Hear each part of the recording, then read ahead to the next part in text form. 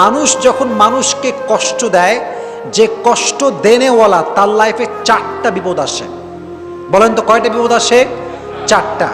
1 number, যে মানুষকে কষ্ট দেয়, যে মানুষের সঙ্গে প্রতারণা করে, যে মানুষকে কথা দিয়ে কথা রাখে না, আমানতের খেয়ানত করে, বিভিন্নভাবে কষ্ট দেয়, তাদের লাইফে 4টা কষ্ট মাস্ট আসে। নাম্বার 1 কষ্ট হচ্ছে এই যে তারা they can't get the peace of heart. তারা মনের প্রশান্তি হারিয়ে ফেলে। মনের প্রশান্তি কোথাও তারা খুঁজে পায় না। মনে রাখবেন, যদি আপনি কাউকে কষ্ট দিয়ে থাকেন তাহলে আপনার মনের যে সুকুন, যে রাহাত, যে পিস, যে শান্তি, এটা হারিয়ে যাবে। এটা আল্লাহ তাআলার পানিশমেন্ট। একজন বান্দা যখন আর একজন বান্দায় কষ্ট দেয়, তখন আল্লাহ তাআলা তার হৃদয়ের সমস্ত শান্তি কেড়ে নেন। তার হৃদয়ে কোনো শান্তি থাকে না।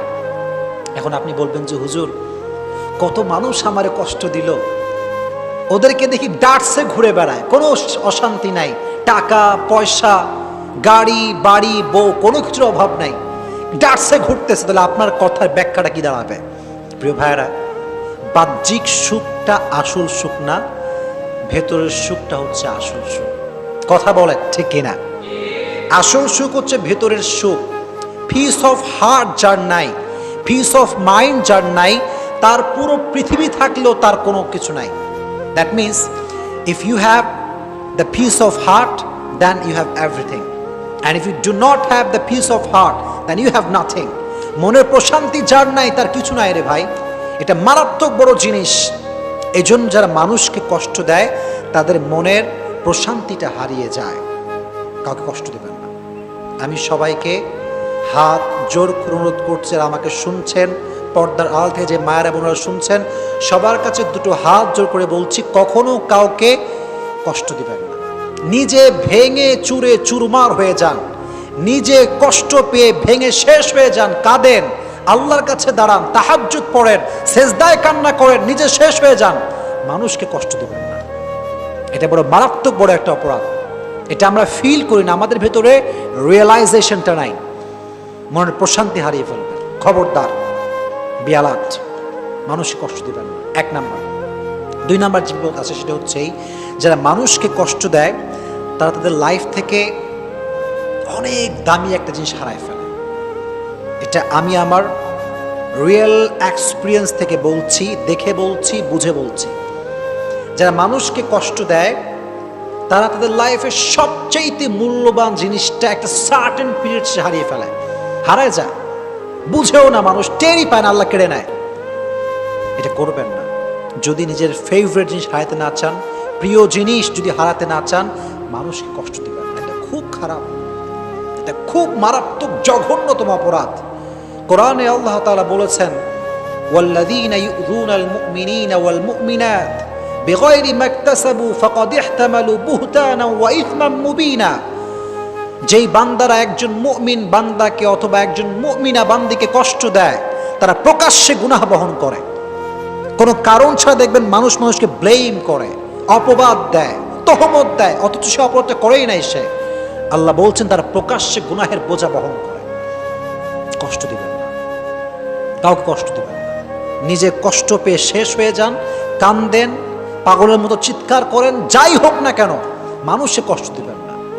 2 নাম্বার বিপদ। 3 নাম্বার যেটি ঘটে সেটি হচ্ছে যে মানুষকে কষ্ট দেয়, মানুষের মন থেকে আল্লাহ তাআলা তার ভালোবাসা দূর করে দেয়।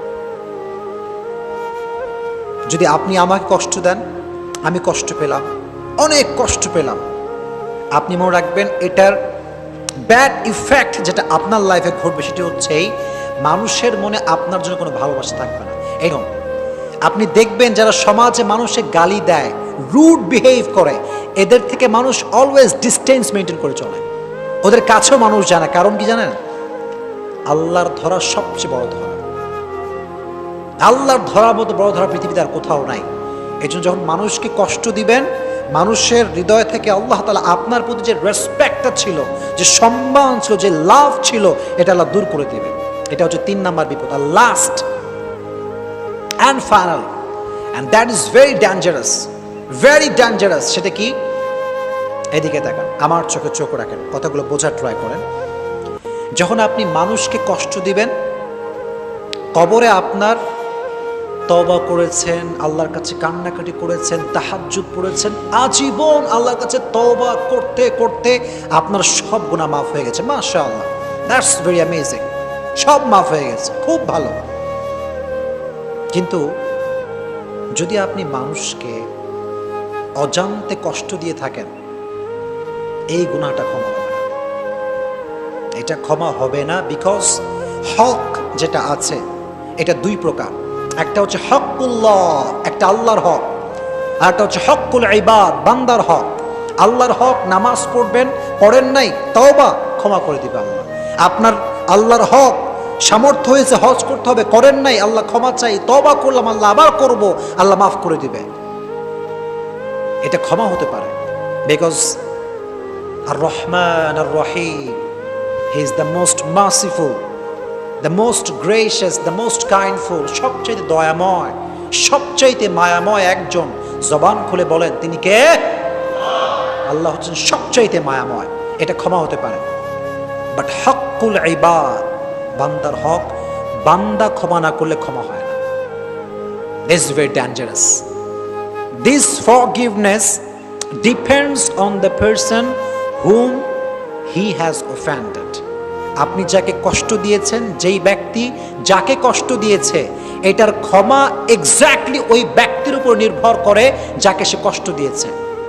সে যতক্ষণ পর্যন্ত ক্ষমা না করবে ততক্ষণ পর্যন্ত ক্ষমা হবে না। এজন্য প্রিয় ভাইরা, যারা মানুষকে কষ্ট দেয়, যারা মানুষের সঙ্গে প্রতারণা করে, যারা মানুষের সঙ্গে কথা দিয়ে কথা রাখে না, এদের ক্ষমাটা আটকে যায়। কবরে সব গুনাহ মাফ হয়ে গেলেও এই কষ্ট দেওয়ার গুনাহটা মাফ হয় না যতক্ষণ পর্যন্ত যাকে সে কষ্ট দিয়েছে সে যতক্ষণ পর্যন্ত মাফ না করে ততক্ষণ পর্যন্ত এই বান্দার ক্ষমাটা আটকে যায়। জোরে বলেন নাউজুবিল্লাহ।